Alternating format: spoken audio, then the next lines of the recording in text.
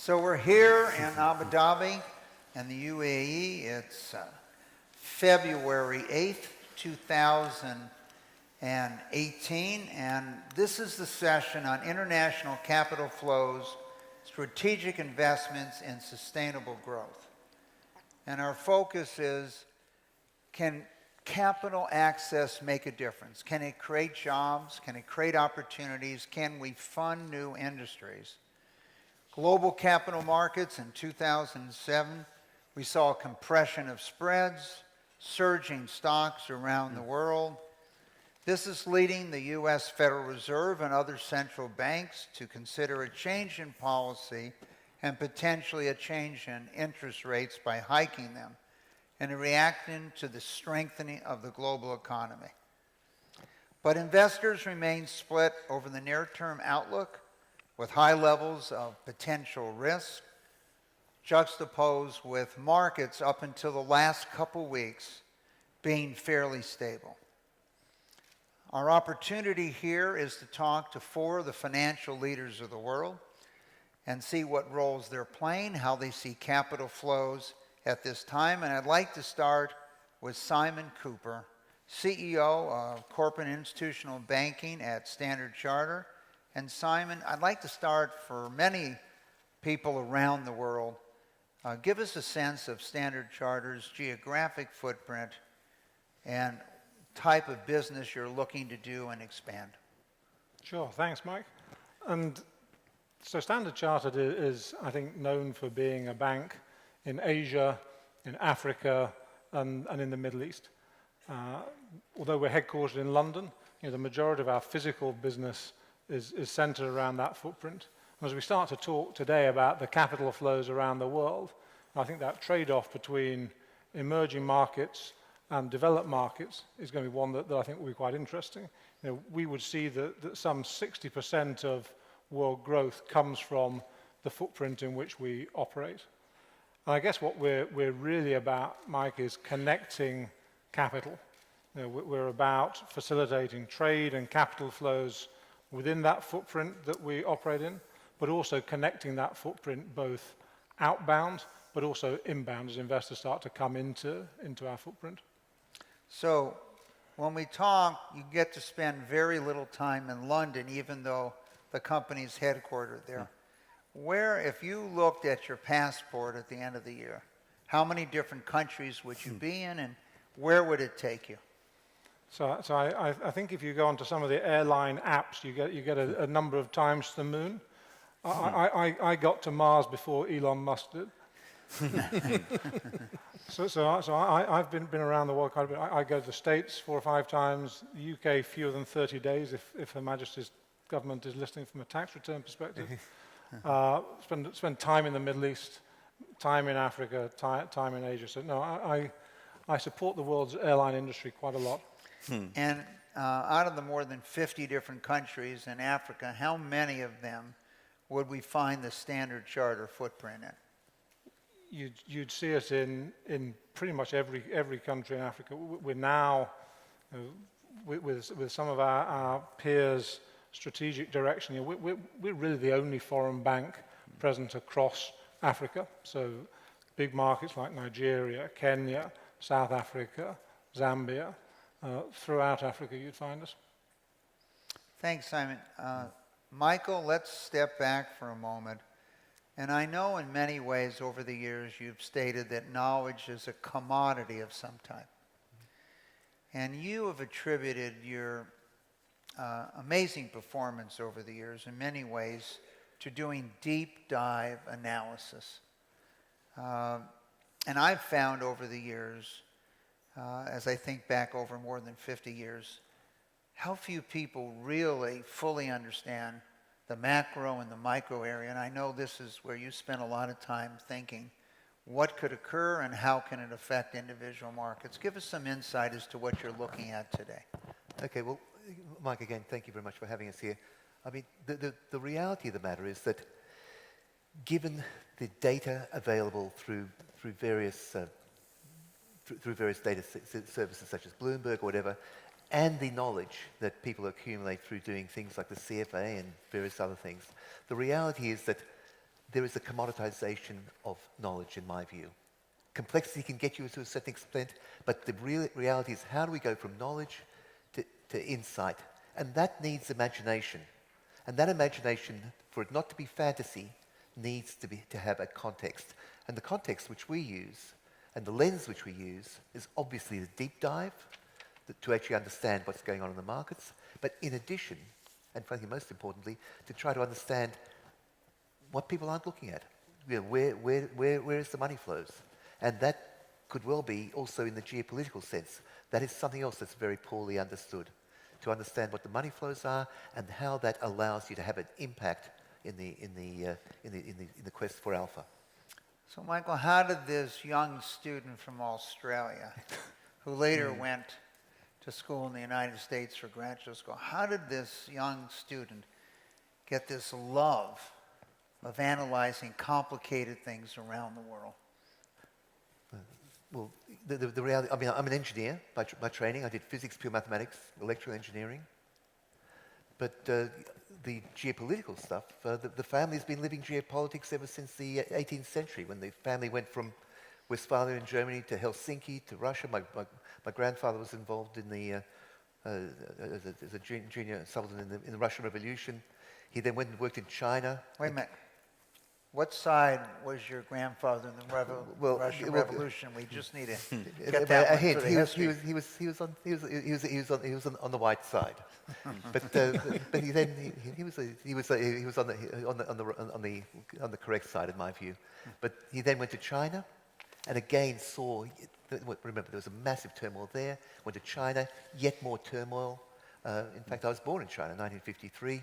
And then we went to Australia. And again, we saw turmoil around the world. But it became very clear that geopolitical turmoil really makes a difference. And again, there's something for the family to think about. But the reality is, problem solving is one thing. Understanding the context of where you're solving the problems is very, very important.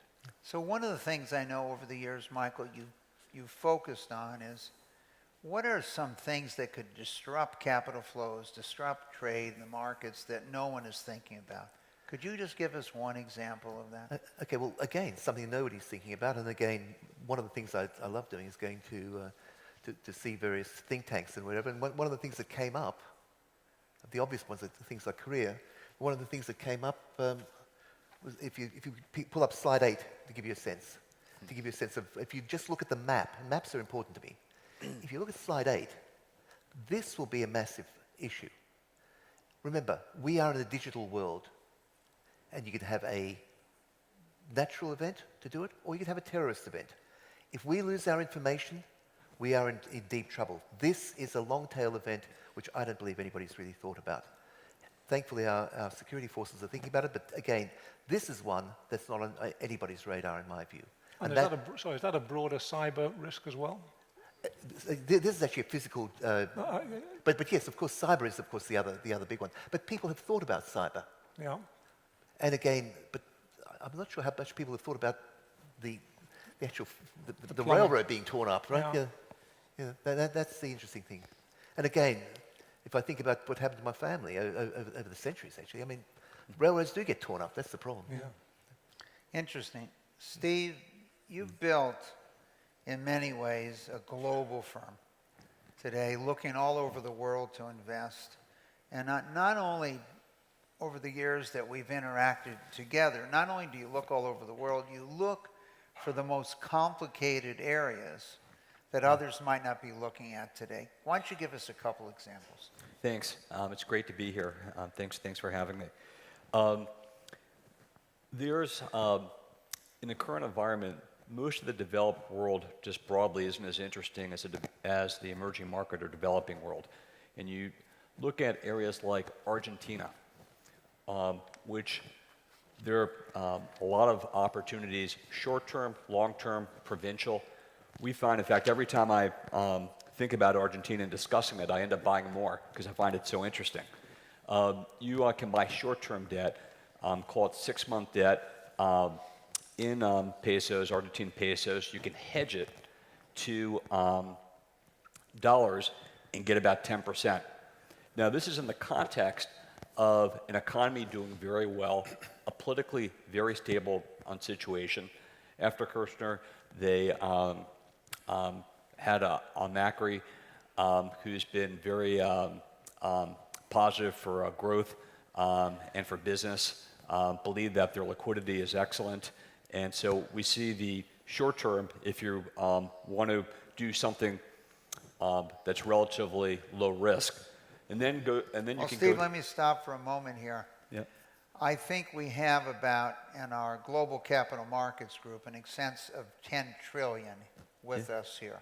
Okay. How much of that can you absorb if they give it to you to invest in Argentina? You could put on several $100 million. You can't put on billions. But so that's the you all can do this relatively straightforward, and I think it's relatively risk adjusted, a terrific alternative to cash. But there's other alternatives, such as on slide 53, where if you look at some of the provinces, so these are the bonds issued by the provinces of Argentina, like a Rioja, the city of Buenos Aires, trade several hundred basis points wide to the sovereign. They're not in the index yet.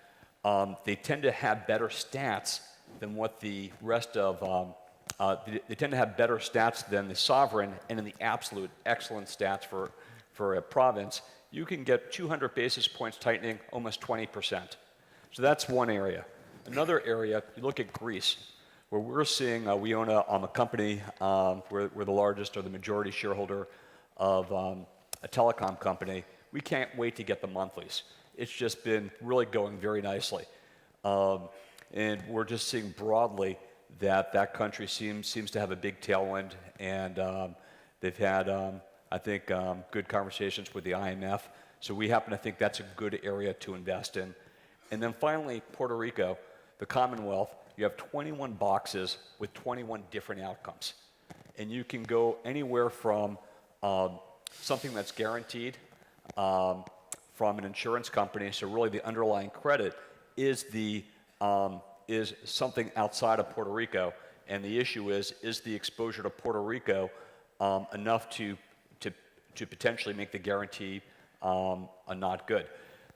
We think in some situations like AMBAC, that's absolutely not the case.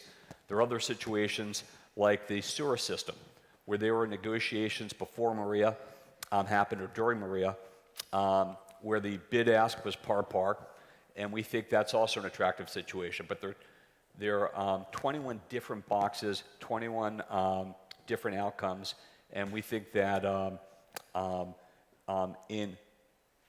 you don't need to have the island recover to largely recover for some of these boxes to work out. There's one slide which is slide 55. Slide 54.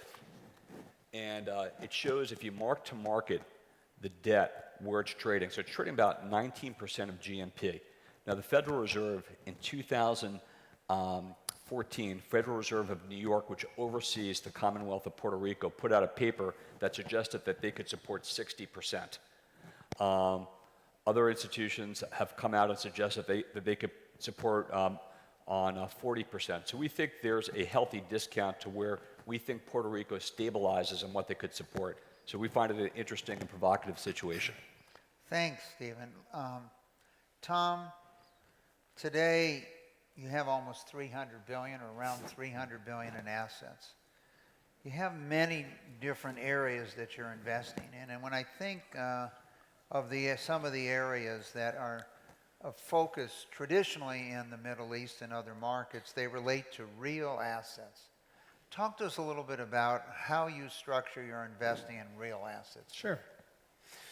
Well, when you look at Barings today, we really focus on the world in two groups: our global markets and our Barings alternative investments. And within alternative investments, we focus on everything from real estate to infrastructure to, as Mike said, real assets.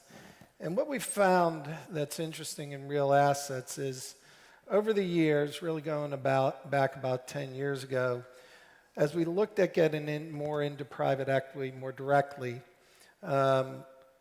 we decided that we had a better opportunity to work with managers or management companies that are expert in assets and fragmented assets. So think about things like transportation, trailers, acquiring capital assets, planes, in the intangible world, such as music copyrights, music publishing, and telecom towers, things like that. Because what we found is these assets cash flow. And while traditional private equity looks to invest and get a capital appreciation over a 3 to 5 year period, we had a number of clients that wanted a longer duration investment, but they also wanted some cash flow along the way. So we've structured a number of accounts and other types of funds that really acquire these assets, aggregate them over time. They're cash flowing, they're paying a current coupon, we target 5 to 7%. And ultimately, when we realize on selling those assets, we can see returns of 10 to 15%. Now, interestingly, we've also seen the opportunity that as we got into acquiring these assets, we started to build a bigger company. One of our holdings is the second largest trailer leasing company that we've started to build. Found another company that was building up and put it together. So instead of playing in the traditional private equity market and buying existing companies, we found this build to core strategy very attractive to institutional investors, especially those who want to stay invested on a longer duration basis. Tom, give us a little feeling. One of the main trends we're seeing today in capital flows is investing in what we might call private lending, direct lending. And how are you approaching this area today? Sure. Well, we've been in the broad credit markets for a very long time. And over the years, we've grown dramatically in the liquid high yield markets, the broadly syndicated loan markets. But we've also, over the last decade plus, have built our presence as more of a direct lender. And when I talk about direct lending, I'm speaking specifically where instead of buying into a syndicated deal led by a bank, we are on a sole basis or with other partners going in and working directly with the sponsor, directly with the company to affect the deal. And there's some advantages to that. One, for the issuer, there's often the benefit of working with one or two lenders who hold a larger amount of the transaction and can be, quite frankly, more user-friendly as they grow their business.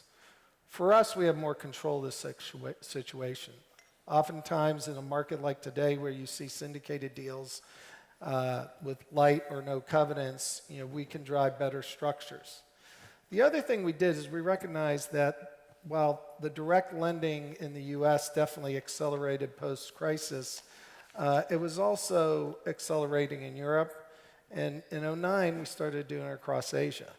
The fact of the matter is there's less of a broadly syndicated market in Asia, and our ability to develop a team, we have teams in Sydney and Hong Kong calling on developed Asia, we've been able to invest quite substantially in those markets there. And the final thing is because of they're private in nature, there is a premium to the traded market that can range from 50 bips of additional spread to 150. So it's access to unique deals, better control of the structuring situation by being the direct lender, and ultimately, while you give up liquidity of a traded market, you do get paid for that through additional spread. Thank you. Tom, I want to go both to Michael, you and Simon, maybe starting with Simon here.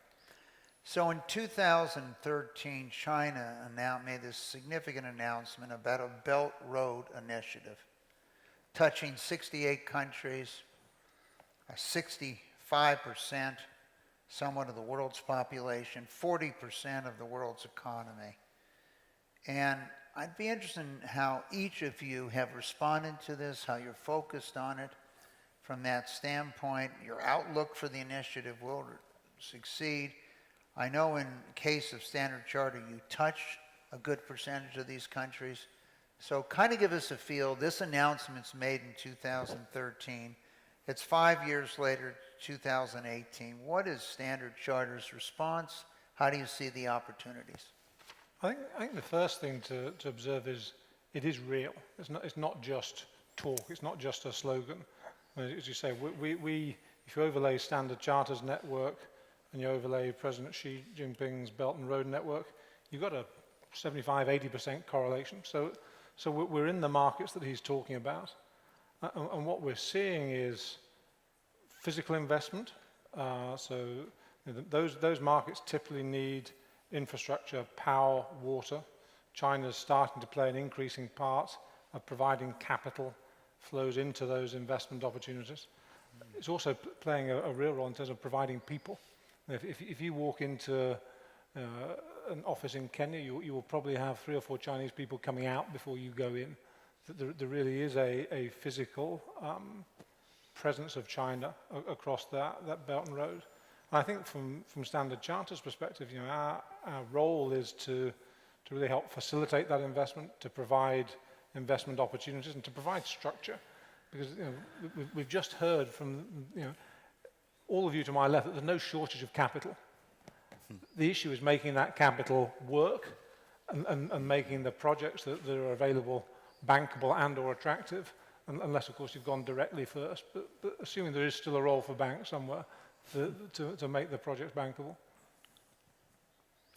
Michael, let's talk about, it's announced, you've been focused on it for a number of years.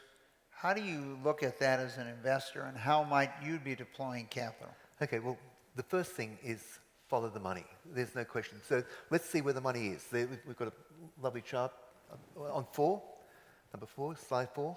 You see what the Belt Road Initiative is doing for us. This is a major difference in the world. Again, to repeat myself a little bit, but $10 trillion by the time we finish is going to go into this initiative. 10 trillion versus 8 trillion, which went into QE. 10 trillion into what I would call the real economy, and 8 trillion went into the banking system. So M1 versus M3, or M2, but the reality is, so there's a massive change here. And what does that mean? If we look at slide 5, you can see where the money's gone. And again, to Simon's point, Africa is the big, and frankly the Middle East is the big recipient of that flow. So when you follow the money, what is the money? That slide, if you read it, a lot of money has gone into natural resources. That makes a difference to Australia. A lot of money is going into the local economy here. How do you play that? Equity market, generally in this region. Bond market, perhaps Egypt, but again, money is going there. And again, the commodity, which is one of the reasons why in 2016 we did pretty well. There was no question when that money was flowing. Michael, I wouldn't say pretty well. Rates of return in excess of 30%. Most investors would have been happy to have money with you then. Well, thank you so much. You're too kind. But again, let's see what I do tomorrow. And I hope to do well tomorrow. But the point is that the reality is that you look at that flow and you see where it is and you follow the money. That's the point. And again, where do we go? We're going to the commodities. Those companies are going fine. You go to local markets and we see where it is. But again, and you look at the banking system. The banks will be there, whether it's in Pakistan, where there's an enormous amount going on there, or for that matter, Africa, which is Standard Chartered is over there. If you look at where Standard Chartered is versus where the investment's going, it's quite remarkable. And I think initially it's fair to say that a lot of that investment was government to government, but increasingly that's becoming private sector. They're looking to bring in other investors alongside, bring in partners. So again, an opportunity for both of us. Yeah. And if I just add an anecdote, I support a lot of charities. One of the charities I support is at Harvard University, where they're looking at evolutionary biology and the mismatch. But one of my close friends, the professor, Dan Lieberman, the chap who's the runner, he was in Arusha, of all places, got on the plane going out. The number's something like 100 people. 2 were Europeans, 2 or 3 were Africans, the rest were all Chinese. There's a lot going on there. It's a massive area. And you travel anywhere around the world, Chinese building projects everywhere. This is changing the world. Mark my words. I agree. Is this a situation we used to think as, let's take the United States as it moved west? You wanted to be on the main highway, you wanted to be on the rail line. Is this a situation where we're looking to place businesses near a main road, assuming this will bring transportation, potentially tourists and other things to us? I think the use of the word road and rail is quite interesting. I think if you look at the impact, as Michael says, of Belt and Road and of that Chinese investment, I think if many people in this room will have driven up and down the road to get it, you compare the road infrastructure here versus that infrastructure you're talking about in the United States, it's chalk and cheese. And absolutely that infrastructure connects businesses. You look at the quality of the airlines that are developing as a result of that, the flows of goods in and out, definitely where you need to see physical investment following those roads. And just something of interest, the road is actually the sea and the belt is the physical land, but only the Chinese. But look, the point is that it's a massive change. Let me switch to another area for Stephen, both yourself and Tom. And that's debt and equity market valuations, debt and equity markets. Historically, if we look back over long periods of time, you often see debt markets moving before equity markets. You see a company deteriorating, and the debt investor generally is much more attuned to leverage, and what's occurring in the equity market is popularity contest and what's going on. Some of that has changed recently. Stephen, give us a view as to how you see equity and debt markets working today. So when I started out as a portfolio manager in 1991, the largest issuer was RJ Nabisco. And you could create the most junior debt. You were welcome. Thank you. Well done. And RJ Nabisco was a food and tobacco company, levered about 3.5 times, or you could create it if you to market the debt at 3.5 times at 18%. There was a comparable company in the equity markets, Philip Morris, also a food and tobacco company. Seemed reasonable valuations, so it wasn't a long short. You could just create one company at a materially different price with a guaranteed return if they paid their bills. So that was in 91. The current environment has a different, it's almost inverted now. And to put it in perspective, if you could just put up slide 57. If you look at probably the most successful long-short equity trade is long FANG and short the industries of the companies in the industries that are being disrupted. So if you look at the retail business or retail stocks, JCPenney off about 55%, the debt's flat. You could look at Macy's also, off significantly, and the debt's positive. Now, all these comparisons are to companies where the multi-billion-dollar capital structures, where there's several $billion of debt. You look at AMC, the largest theater company. Well, the theater business has changed in the last 10 years. The window in terms of how long a movie's in theaters has gone from 3 months to almost half that. If you look at the alternatives through Netflix, direct-to-video, Apple TV, Apple Movies, much shorter. As a result, the economics have changed. The stock of AMC was down 60%. The bonds were up. On energy, you look at something like Whiting, stock almost in half, a high-cost producer, bonds positive. Altice, and here's an interesting one because you have, and if you look at Altice as an international cable company, if you look at two sectors who have gone up significantly in terms of their percentage in the index, if you want to have the early warning of a place to go fishing for problems, look at which industry has increased significantly. And media and telecom, or media and cable, has gone from about 5.7 to almost 11%. Healthcare is another candidate, but that's an aside, which also has increased significantly in our market. But Altice is an international cable company, has assets in Europe, which are struggling, primarily in France. They have Portugal, and they have some other international assets, and then they have some North America assets, which is Cablevision, et cetera, which is doing well.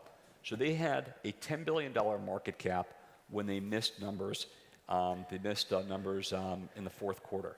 The stock goes down almost 60%, and they have this unencumbered equity in the good company that's approximately the 100% of the market cap.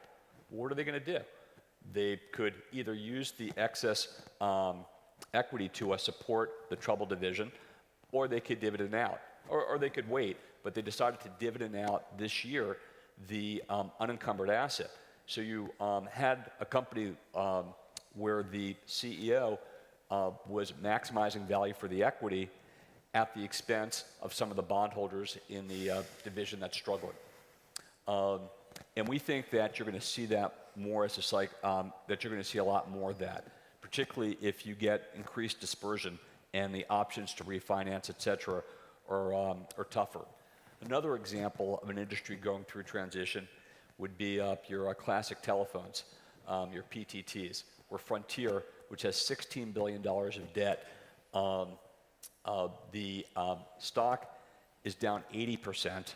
A few months ago when we first started using this chart, the stock was down 70% and the bonds were approximately flat. Now there's the debt's catching up. If you look at the enterprise value of something like Frontier, you'll see that the comparable enterprise values of less levered companies is down materially. And if you were to superimpose it on Frontier, you'd see that the debt continues to look like it has potential downside if they don't execute. And then the last one would be Developers Diversified, which is a retail REIT. Stock is concerned about future rents. The debt isn't. Both these markets will not be right. We think the equity market today is the place of better optionality, and the debt market is much more complacent about the ability to pay interest. Believes in the ability to pay interest tomorrow, and not necessarily the ability as a business to live within its capital structure in several years. So let's just step back and paraphrase a few things that Stephen has talked about. One, when we talk about real estate, and there's many of the world's leading real estate investors here in the Middle East, there's many factors, not the least of which is the length of the leases. So when you talk about AMC, they have many 30-year leases. It's hard to tell what is the movie theater business going to be in 30 years from today. And even if you have a portfolio, some deteriorate that you'd want to get rid of, but you don't have the luxury. And if you remember, during the period of, say, 2000, the internet meltdown for that period of time, the internet consulting companies, many of them failed because they'd expected constant, dramatic increase in their business and tied up a great deal of excess real estate. We also know fully well the story of Netflix and Blockbuster, where Blockbuster's 7,000 stores, they thought, didn't realize this was going to become a digital, not a physical business. Tom, let's take a look at your decisions on equity debt markets, how you analyze it. If you're sitting in one of your weekly meetings, how do you play off equity versus debt? How are you determining you're going to allocate? But particularly, how are you looking at equity markets as potential leading or lagging indicators of debt? Many years ago, it's hard to think of how many years ago, but almost 50 years ago, we created this thing called market-adjusted debt ratios, so that we were looking at market value of assets, debt, and equity rather than book. Take us inside Barings and give us a feeling as how you're making those decisions. Well, one thing I did like, I must say I did like the reference to RJR Nabisco, because I was a very young banker working at Westpac at the time that the deal was done, and at the bank meeting they gave us a big box of food, which I lived off for a week. I wasn't making much money. So it was, thank you, Mike. I look at it this way. You know, we've always been in our business very much fundamentally driven in our approach to both debt and equity markets. So when we look at our public equity platform, it's primarily in the international and especially the emerging markets, where while you're analyzing, for instance, the macro situation in the country's geopolitical, we're looking for strong growth companies to invest in. Similarly, in the debt markets, I think it's a time where, and I thought Steve did a very good job of pointing out these dislocations between the equity's view of the long-term sustainability of the company and debt's reaction to it. Now, some of that can be just technical in nature. If you're looking at the fact that the debt market's betting that they can refinance despite a bleak long-term view, that can be a reason for that disconnect. I think the challenge today is we don't know how much time we have. Disruption is faster than ever. The Blockbuster example is a good one. Everybody thought Blockbuster had more and more time, and they pivoted too late. The real estate did not have the value they thought, and it was the end of the company. I think that is part of the challenge, and part of maybe the dislocation here is you really, I don't know if the debt markets always discern how much time is left. And that's why I think when you're building credit portfolios, you have to be very careful. We're very reticent about buying the debt of retailers today. And we focus more on sectors that may be growing or have a level of sustainability that is more attractive. I also think, from a broader perspective, when you get into emerging or newer markets, there's a very good value today in both the debt and equity side, and you talked a little bit about Argentina, that there's this misperception by investors that I think overvalue at times developed market companies, growth stories, and undervalue emerging markets because they don't understand how far advanced the politics of those countries have come. Argentina being a good example of going through a political change and stabilizing the country, yet not totally being rewarded for the reduction in that geopolitical risk.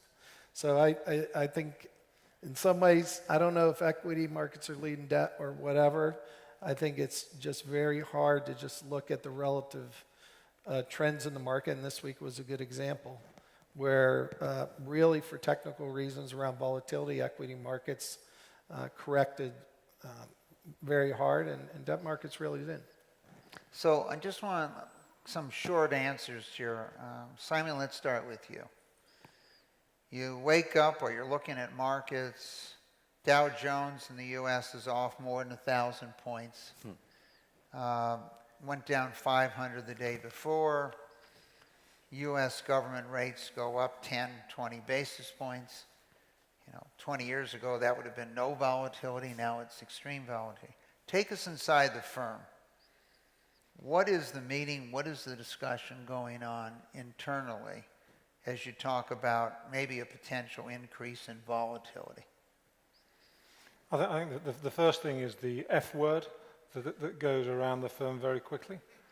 That's not the F word you were thinking. No. The F word I was thinking of was fundamentals. And I think the first, but it's very sad that you all thought it was something else.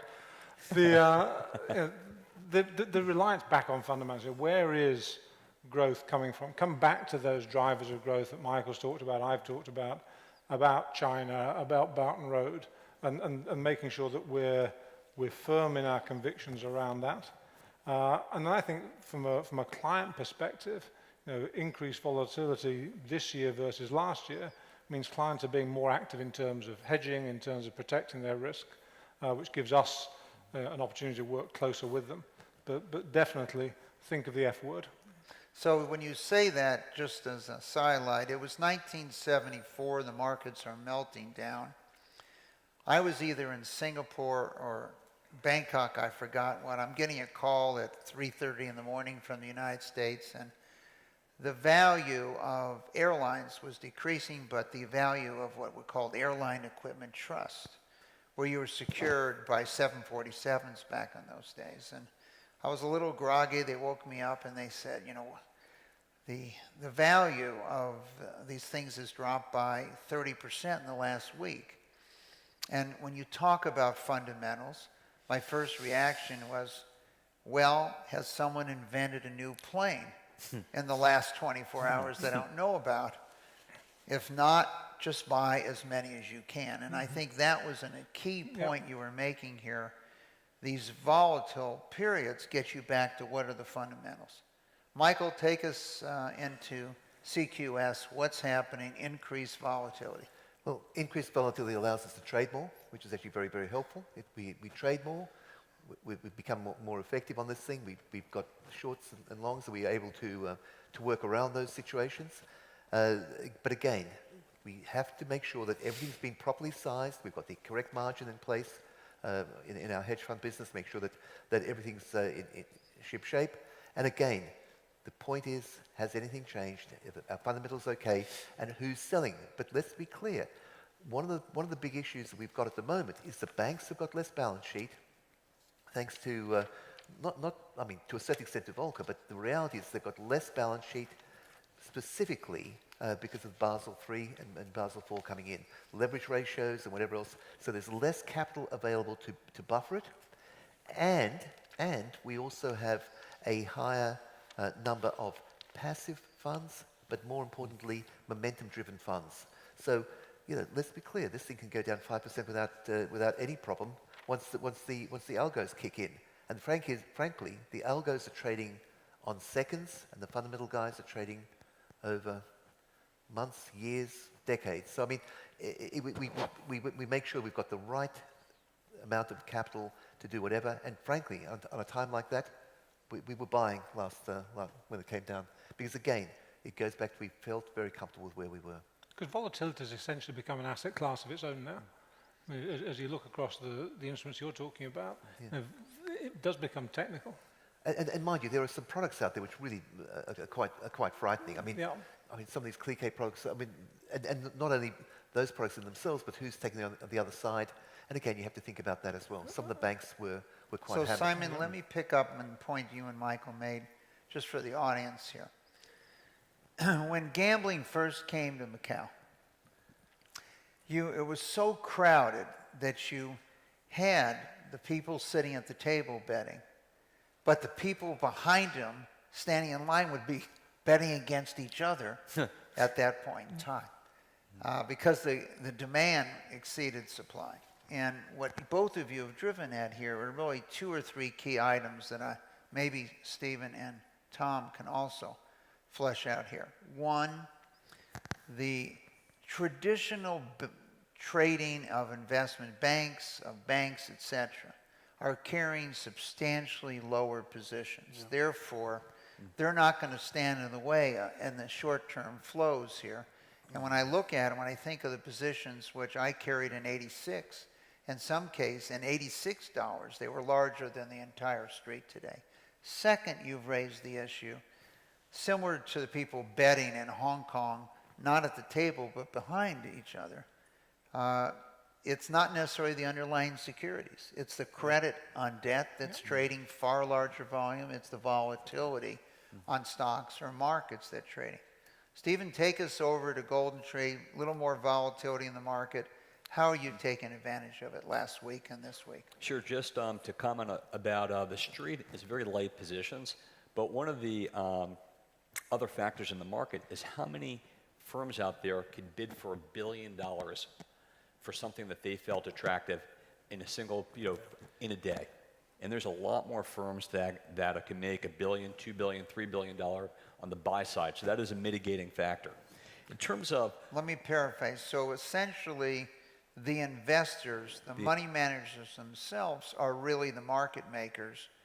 And more the investment banks are intermediaries trading riskless between you. Yes, exactly. Now, we've been in a market for a while, and it's been, I call it the 3-2 market, which is basically the 2% area growth, the 2% area inflation, the 2% area 10-year, and it's been very calm. And the playbook has been to buy the dip. And you don't get a sustainable correction until buying the dip doesn't work. Usually when you've had a good employment report, you've actually have had treasuries rally. This time on Friday it didn't. I think that's what unnerved the market. So in terms of reading that tape, I found that somewhat constructive in terms of the ability for volatility to come in. For us, we, for the most part, we saw that some of the idiosyncratic risk names were trading off, basically the ones that are more equity-like, and found some good opportunities. But we think in general that buying the dip, particularly because we think rates have an upward bias, is going to, we think there's a big risk of premature accumulation. So we've been, we think we're going to get better opportunities. There's a slide 51, which shows the current dispersion. So if the market were very cheap, and then you had a day like what we had, it might be a culmination. This might be, a buying opportunity in the context of, in terms of relative value. But if this is a snapshot of dispersion, you'll see that blue overwhelms the screen all the way to the column to the right, and that's the debt that trades above par. So right now in the marketplace, you don't have a lot of dispersion. Right. And we think that when you get these rates that are increasing, you're going to have increased dispersion. And when you have dispersion, you have to force rank. The ability of can you get yield gets eclipsed by what yield do you want to get. And with that, and when that happens, you're going to have a lot of you're going to have a choice, and that long blue bar is going to get a lot shorter. Tom, you got 300 billion or so you're managing for people all over the world, every region. You're seeing volatility. What does, Mission Control Central there in Charlotte decide to do? Well, I'd like to say there's just this one, mission control, and I operate it, and I keep my employee costs way down. But the reality is we have over 700 investment professionals around the world in the markets where we trade. We're doing local equity trading in Hong Kong and Seoul and Tokyo, and we're in London, we're in Germany, and we're in the U.S. And our view of the most recent situation was, what was said earlier is, we don't see the fundamentals changing in terms of our economic outlook, where we were bullish on certain industries and where we were bearish on certain industries. And really, as you dug into the trading off of the markets, it was very much this unwind of volatility that was, quite frankly, for a long time at an artificial low level. If anything, we were probably a little disappointed we didn't see a little more trading off in debt markets to take advantage of that, if you'll, as Steve was saying, buying the dip. So the other thing we looked at, and I think it's very important, and you touched on this in terms of the flows in the street, we didn't see outflows. In our pipeline of money coming in, we had a very strong January. No one was reversing their views. In fact, still very constructive on not just our credit platforms, but even on our emerging market equity platform. I do think that one thing that is changing that's important to look at is over time we have to assimilate products that try to drive excess return when markets get very tight. whether it's a short vol trade, whether it was more complex instruments pre-crisis. And so sometimes you got to make sure you understand those instruments and understand the impact of an unwind in those markets and what that could do more broadly. Thank you. In closing, I want to really focus on this issue, if we could quickly, starting with you, Simon. In 1993, you had a situation where there was a new health plan approved, announced in the United States, new administration, and there was a fear of the regulation of pharmaceutical companies' rates of return. The price of many of the world's largest pharmaceutical companies went down 50% in 1 year. And Gordon Binder, the CEO of Amgen, said, "We thought we were doing God's work." It's now 2008, 2009, and he probably didn't remember these statements, only maybe myself, but Lloyd Blankfein, when they start beating on the financial institutions, says, "I thought we were doing God's work, we were creating jobs, etc." It didn't work in 93 and it didn't work in 08, 09. But in reality, it's the financial system's responsibilities to make capital available to create jobs. And if we don't have this flow of funds, we're going to have far severe problems of not financing businesses. And I would say with almost 100% of all population growth in the markets you're in at Standard Chartered, your mission of financing these businesses, could you just give us 1 minute on the responsibility and how you see yourself executing it? So Michael has a great slide, which I will steal, if the projectionist can find it, which shows you the scale of the African continent as a starting point. I'm sure we'll find that one, and you can relate. Africa's got 60% of the world's cultivatable land. But financing farms, financing the agricultural sector is hugely complex. You've got to be really on the ground to do that.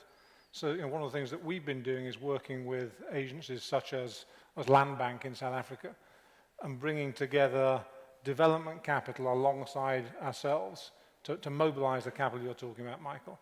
So making those projects bankable, allowing them to bring in, so working with MEGA in this case, allowing them to bring in dollar financing over tenor to hedge South African real.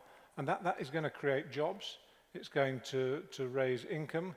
It's going to stop poverty to some degree. And I'm not sure it's doing God's work, but it is certainly going to make a very large economy significantly better. And reduce terrorism and other issues with your success. So, second order impact as well. right, this slide you pulled up just looked at China, India, the United States, 3 countries with the world's largest population, all fitting with most of Europe inside the continent of Africa. And Michael, just as we're sitting here in the Middle East, the Middle East is a great access point into that continent as well. I think it's one of the objectives we have here in 2018 is to focus on the ability of the Middle East being a kind of a switching station here with capital, etc. Michael, as you look at your portfolios, of course you're maximizing the value, but your decision in 2016 to invest in natural resources, indirectly or directly, help those companies sustain and grow. Very much so. In fact, we had a number of the CEOs came in because, again, that's where the jobs are. But also, I'm acutely aware of the obligation we have for our investors to husband their capital so that they can, and to grow their capital so that they can pay their pensioners, their retirees, and whoever else. I mean, it's no joke. This is a serious matter to do that too. Yeah. So we have 2 responsibilities that particularly yourself, Stephen, and Tom have, in that managing institutional money, you're also meeting the needs of their retirees, their pension funds, foundations. Stephen, you've got a lot of companies visiting your office, looking at the fantastic modern and contemporary art you have, but also looking to you to help back their companies. How do you view that? So, I think of the companies that we control, whether it's Travelodge or Balog, which we jointly own with Cerberus. And our best investments have been our add-on investments. Look at something like Travelodge, where it was the refurbishment, it was some of the new builds in areas that we felt that there is strong demand. So we find that our additional investments had the best paybacks and creates jobs. So it's often companies, particularly when they're going through a restructuring, have underspent, have hoped that the environment might bail them out, and on what they want to make is payroll, not make capital allocation decisions. And so when we come in, we're often increasing investment and have terrific paybacks. So doing good is good business, right? Absolutely. Tom, just the sheer breadth of your company, Barings, around the world, you get a chance to see a great deal that's happening in different regions of the world, et cetera. Where do you see your own company focused on providing capital this year and going forward? Sure. Today we're in 16 countries with investment operations in about half of those. Our asset base in terms of third parties, a third, EMEA, US, and Asia Pacific.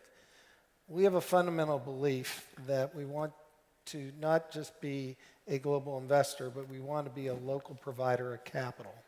And we do that. We do have local investment operations, as I said, across Asia and Europe and the US. I think one of the other things we want to be today is very mindful of what it means to be sustainable and to be a sustainable manager. It's not just enough to be doing the responsible investing and adhering to things like the UNPRI, but it's also about what will or won't we do in terms of the type of investing we will do over time.